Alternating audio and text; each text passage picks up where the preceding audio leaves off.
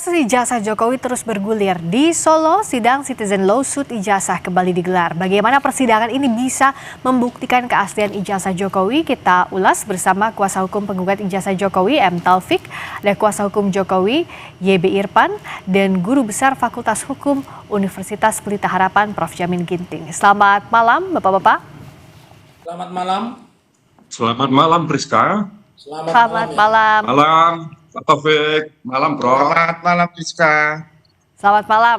Saya mau tahu dulu dari sisinya penggugat, Pak Taufik. Sebenarnya kalau dari sidang hari ini, mengapa ajukan saksi juga ahli dan tadi kan ditunjukkan bahwa perbandingan dengan ijazah UGM tahun 1985. Tapi apakah pembandingnya ijazah asli Pak Jokowi bisa jadi pembanding? Karena kan belum ditunjukkan di muka sidang. Ya, ini harus dipahamkan dulu, gugatan kami adalah gugatan Citizen Lawsuit, Ya. yang artinya gugatan yang meminta kepada negara untuk bersikap soal ijazah ini sudah berlarut-larut, dan hingga pembuktian hari ini yang merupakan notabene adalah pembuktian hari kedua para tergugat. Dalam hal ini tergugat 1 mewakili Pak Joko Widodo, tergugat 2 mewakili Rektor UGM, tergugat 2 wakil Rektor 2, dan tergugat 4 kepolisian, serta turut tergugat adalah Universitas Gadjah Mada sebagai institusi. Sejauh ini mereka tidak sungguh-sungguh menyajikan bukti. Jadi kalau lebih tepat mereka itu menyajikan narasi. Narasi itu didapat dari yang pertama, tergugat 1 itu menyajikan bukti surat tanda pengaduan polisi, ya. Jadi sama sekali tidak ada bukti fisik, baik itu berupa kopi ijazah, lebih-lebih asli. Nah, pertanyaan tadi, kenapa saya menghadirkan? Kan saya ingin menunjukkan bahwa tidak seperti yang dibilang oleh orang-orang yang selama ini mengatakan asli. Sudah diuji. Siapa yang menguji? Yang menguji adalah Pak Rujito. Pak Rujito ini memiliki kakak yang kuliah dan sama-sama tuh lulus tahun 85. Dan ternyata beliau juga pernah melihat ijazah yang konon, ijazahnya Pak Jokowi yang pernah diupload di akun X atau Twitter pada 1 April 2025 yang ditonton lebih kurang 7,9 juta, itu berbeda sama sekali. Lalu saksi kami yang kedua adalah Komjen Purnawirawan Polisi Ugroseno. Beliau itu setelah pensiun diundang oleh Pak Jokowi, jadi ketemu secara fisik. Dan tadi dibandingkan apakah ijazah yang dilihat itu sama dengan wajah Pak Jokowi. Nah, sementara dimanapun yang dijadikan alat bukti atau ditunjukkan ijazah Pak Jokowi, ya tidak jauh berbeda dengan apa yang pernah diposting Dian Sandi. Jadi kalau kita mengatakan pembuktian, ya seperti itulah mekanisme pembuktian. Baik, sampai di sana saya tanyakan ini ya Pak Taufik ke Pak Irfan. Di sidang tadi masih diragukan soal fotonya Pak Jokowi dianggap tidak sama, pun juga ijazahnya berbeda dengan kawan seangkatannya di 1985. Tadi juga Pak Taufik bilang bahwa yang sejauh ini tidak ada pembuktian secara bukti kuat, tapi adanya narasi. Silakan Pak Irfan.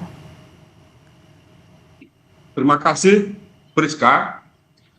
Menanggapi apa yang disampaikan oleh rekan sejawat saya, Dr. Muhammad Taufik, yang perlu dipahami dalam hal ini adalah apa sebetulnya yang menjadi peristiwa atau peristiwa yang menjadi pokok sengketa di dalam gugatan CLS sebagaimana diajukan oleh top-topan hakim.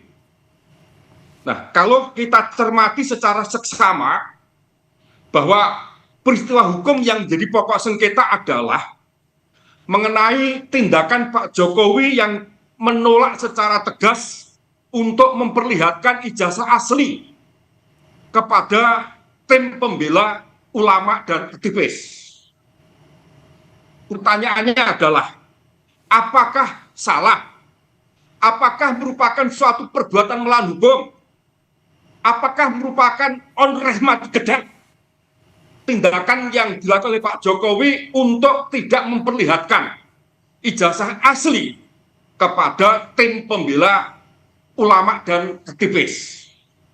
Karena secara hukum Pak Jokowi tidak ada kewajiban untuk memperlihatkan ijazah itu kepada TPUA, mengingat TPUA adalah bukan merupakan suatu institusi yang diberi kewenangan sebagaimana layaknya aparat penegak hukum.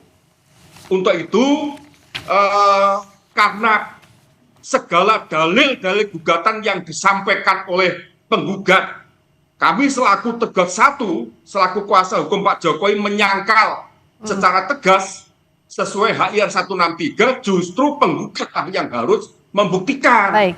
Inilah pernyataan yang perlu kami sampaikan kepada Saudara Taufik. Baik, Prof. Jamin, jadi dalam persidangan ini apa yang harus dibuktikan? Karena kan kasus ini berjalan secara pidana, ada juga citizen lawsuit-nya sedang berjalan. Apa Prof. Jamin dan bagaimana beban pembuktiannya? Ya, sedikit saya jelaskan dulu ya. Apa sih esensi daripada citizen lawsuit itu? Nah, citizen lawsuit itu adalah kedudukan yang mengajukan gugatan itu adalah warga negara atau kelompok warga negara. Tergugatnya siapa? Tergugatnya adalah pemerintah atau negara atau penyelenggara negara. Jadi nggak bisa individu, organisasi masyarakat. Kedudukannya sebagai negara atau penyelenggara negara. Objek gugatannya apa? Objek gugatannya adalah karena negara lalai atau negara atau penyelenggara negara melakukan perbuatan melawan hukum oleh negara. Nah, itu esensinya dari gugatan lawsuit. Tujuannya adalah apa? Untuk kepentingan publik, bukan ganti rugi. Ya. Jadi yang tergugat di sini ya harus bisa membuktikan kalau dalam penyelenggaraan negara dia sudah berdasarkan asas-asas pemerintahan yang baik, sudah melakukan suatu perbuatan yang baik. Nah, ini beda dengan kasus pidana tentunya, beda dengan kasus yang sebelum-sebelumnya. Jadi pada saat ini yang perlu dibuktikan oleh penggugat ini, ada enggak kewajiban dari UGM sebagai suatu lembaga institusi yang harus menunjukkan keaslian, atau Dirjen Dikti, atau orang-orang yang memiliki kewenangan untuk itu. Apakah Polda, apakah Polri, bukan kepada pribadi Pak Jokowi yang bukan lagi sebagai penyelenggara negara. Nah, kalau dari Pak Taufik, karena kalau bicara soal gugatan lawsuit ini, sebelumnya kan UGM sudah pernah bilang, rektornya, bahwa ijazah Pak Jokowi menurut UGM adalah asli. Apa yang membuat Anda masih harus dibuktikan atau membuktikan ini di persidangan lewat gugatan citizen lawsuit?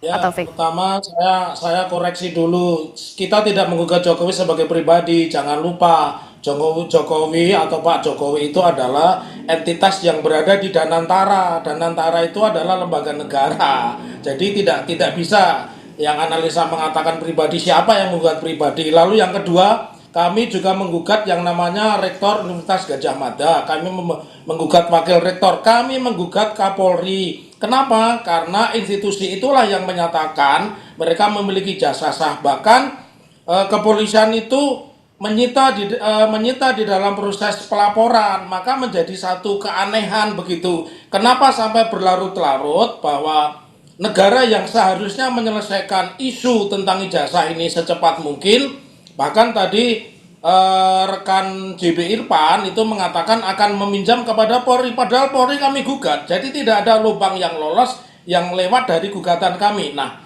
tujuannya kenapa tadi menjawab pertanyaan Anda, selama ini hanya narasi. Misalkan Rektor itu mengatakan meyakini, ini kan bukan ajaran kebatinan. Kenapa diyakini? Ijazah itu kan sesuatu bukti yang secara fisik maupun diuji dengan cara apapun itu kan satu hal yang mudah. Lalu yang kedua, kenapa hingga hari ini kepolisian tidak pernah menunjukkan, bahkan membuktikan pun tidak, alih-alih membuktikan, bertanya pun tidak. Maka makin meyakinkan kepada kita bahwa tidak ada yang salah dengan gugatan citizen lawsuit. Jadi itulah argumen kami, dan kami menjawab apa yang disampaikan rekan Irfan, bahwa di dalam gugatan perdata itu tergugat pun mendalihkan juga, itu bisa dilihat di pasal 1865 KUH Perdata atau 164 HIR dan 283 RBG. Jadi mendalihkan itu juga membuktikan, bukan hanya penggugat. Kalau begitu kan berarti gugatan kami ini kemungkinan besar dikabulkan. Begitu pendapat kami. Terima kasih. Pak Irfan juga apakah meyakini bahwa gugatan ini akan dikabulkan kalau tadi versinya Pak Taufik dan dianggap bahwa pihak Anda sejauh ini lebih banyak melempar narasi terkait dengan pembuktian ini, tapi jawabnya usai jeda di Sapa Indonesia Malam. Kami masih bersama dengan kuasa hukum penggugat ijazah Jokowi M. Taufik, kuasa hukum Jokowi YB Irfan, dan Guru Besar Fakultas Hukum Universitas Pelita Harapan Prof. Jamin Ginting. Saya lanjutkan lagi Pak Irfan, dianggap sejauh ini pembuktiannya tidak memuaskan karena dianggap narasi-narasi yang disampaikan. Nah, dari pihak Anda bagaimana untuk meyakinkan ini dan menjawabnya lewat untuk menjawab gugatan citizen lawsuit yang dilayangkan oleh Pak Taufik dan kawan-kawan, Pak Irfan? Terkait dengan gugatan CLS yang pada saat ini sedang dalam tahap pemeriksaan bukti, pada tahap jawab jinawab kami sudah memberikan suatu tanggapan dalam bentuk eksepsi yang pada pokoknya bahwa gugatan sebagaimana dimaksud tidak memenuhi karakteristik sebagaimana gugatan CLS yang disebutkan oleh Prof. Jamin. Sebab kalau saya perhatikan dari peristiwa hukum yang disengketakan, ini bukan lagi mengenai tindakan pemerintah atau penyelenggara negara yang karena lalai memenuhi atas hak-hak daripada warga negara. Begitu juga pihaknya, Pak Jokowi dalam hal ini bukan lagi sebagai pejabat negara, melainkan sebagai warga negara biasa.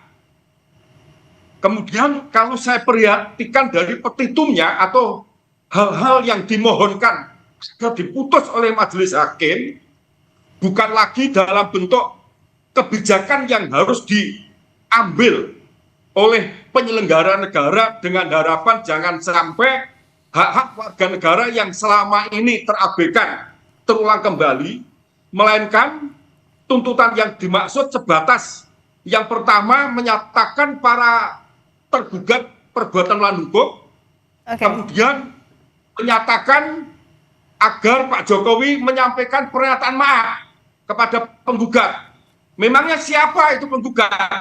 Pak Jokowi supaya minta maaf. Nah, inilah menurut saya kesalahan yang sangat fatal sehingga tidak memenuhi karakteristik daripada gugatan CLS, sehingga wajar kami sampai saat ini merasa optimis dan yakini eksepsi yang sudah masuk pada pokok perkara oleh majelis hakim tentu saja akan mempertimbangkan. Demikian, Priska. Baik, saya ke Prof. Jamin. Bagaimana dalam pembuktian di persidangan kalau dalam eksepsinya disebutkan bahwa ini error in persona tidak tepat yang tergugatnya, lalu juga obscur libel atau ada kabur gugatannya itu. Seperti apa, Prof. Jamin? Dan jikalau ini dikabulkan, apa yang akan terjadi? Jikalau tidak dikabulkan, apa yang akan terjadi? Ya, tentu karena ini spesifik ya. Sampai saat ini kita belum punya undang-undang nih terkait dengan gugatan lawsuit ini ya. Tidak ada undang-undangnya. Jadi acuannya hanya HIR saja begitu ya. Nah, jadi kalau hukum acara yang digunakan memang hukum acara keperdataan ya. Artinya dalam konteks ini kalau eksepsinya dikabulkan, tentu maka gugatan dinyatakan NO ya. NO, jadi tidak dapat diterima. Kenapa tidak diterima? Karena objek yang dimohonkan tidak sesuai dengan karakteristik dari permohonan gugatan lawsuit tadi.